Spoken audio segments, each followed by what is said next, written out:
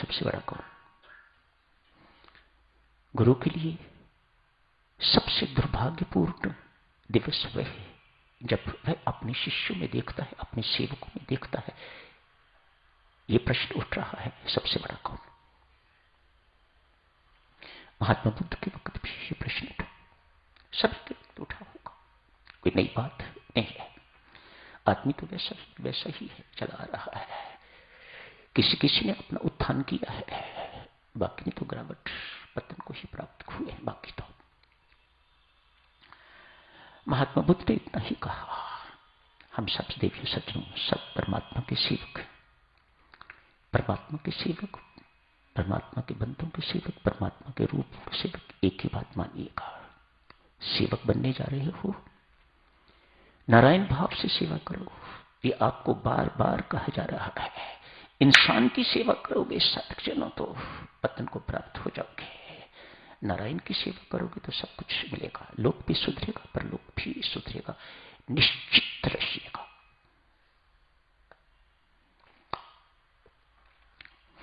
महात्मा बुद्ध ने कहा, जो शेष सेवक हैं, ये जितने भी सेवक हैं आपके अतिरिक्त, जो इन सबका सेवक है सबसे बड़ा।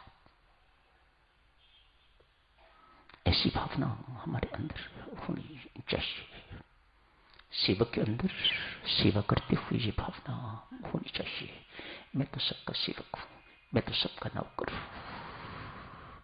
चाहिए क्या? परमात्मा का प्यार चाहिए, भक्ति मांग रहा है। परमात्मा का प्यार अर्थात भक्ति, और कुछ नहीं चाहिए। तो साधक दानवीर कर्ण की चर्चा आगे जारी रखते हैं। दानवीर कर्ण शूरवीर है, दानी शिरोमणि है,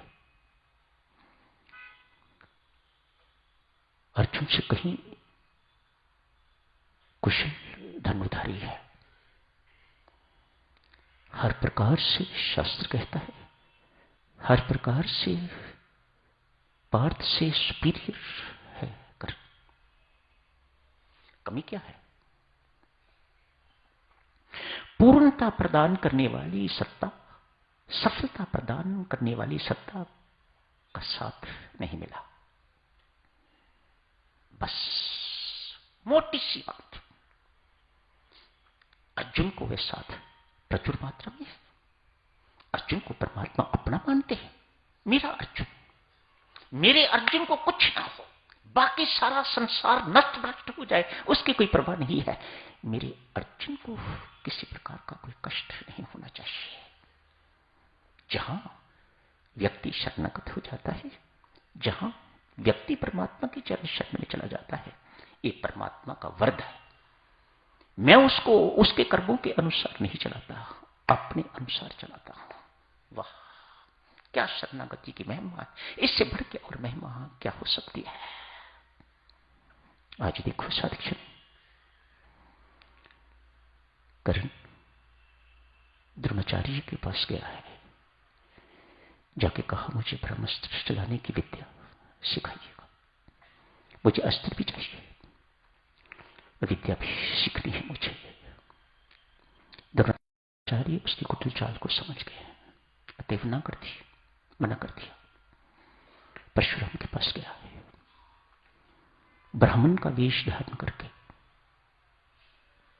गुरु से छल कपट झूठ का आश्रय लेके बुराई का साथ देने के लिए जा रहा है। ये भगवान कहां सहन करेंगे? एक ब्राह्मण का रूप धारण करके, एक ब्राह्मण बन के, अपने आप को ब्राह्मण घोषित करके, उन्हें पता है कि परशुराम ने ये प्रण लिया हुआ है कि मैं किसी क्षत्रिय को विद्या नहीं सिखाऊंगा। किसी कारणवश, आपको याद होगा, किसी कारणवश भीष्म पितामह के साथ उसका युद्ध हुआ था परशुराम का, गुरु और शिष्य के साथ।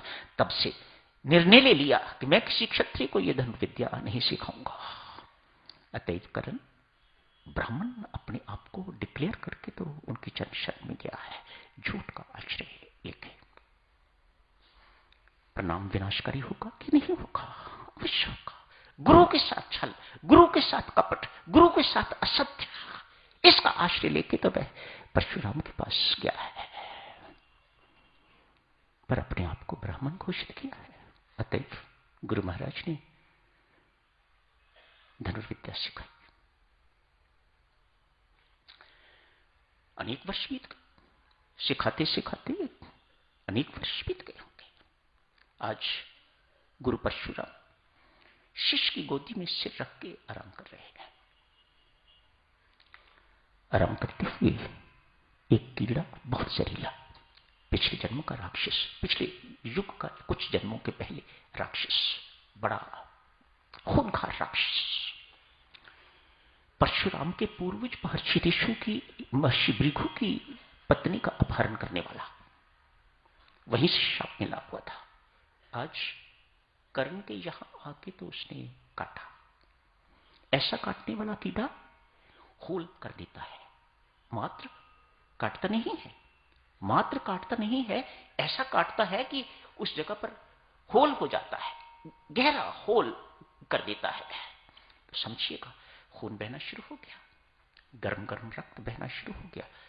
गुरु महाराज के चेहरे पर गर्म गर्म रक्त, हिलना नहीं है, हिलूंगा तो गुरु महाराज को डिस्टर्बेंस होगी, अतएव हिलना नहीं था।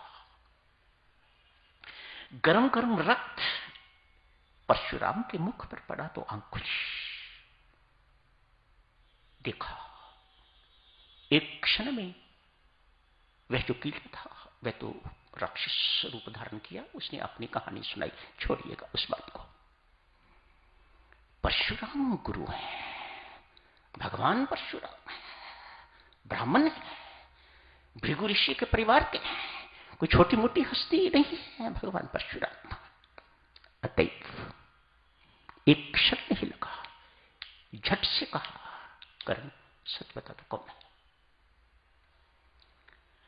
कोई ब्राह्मण इस प्रकार की असहनीय पीड़ा को सहन नहीं कर सकता।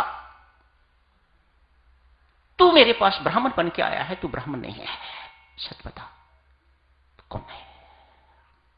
झट पकड़े। ब्राह्मण का रोष, गुरु महाराज का रोष कौन सहन करे? गुरु रूठे कोई ठौर नहीं है, हरि रूठे गुरु ठौर है, गुरु रूठे नहीं ठौर। समय हो गया है सज्जनों, यही समाप्त करने की इजाजत दीजिएगा। अगले रविवार नहीं, उससे अगले रविवार को यहीं से चर्चा आगे जारी रखेंगे। आज यहीं समाप्त करने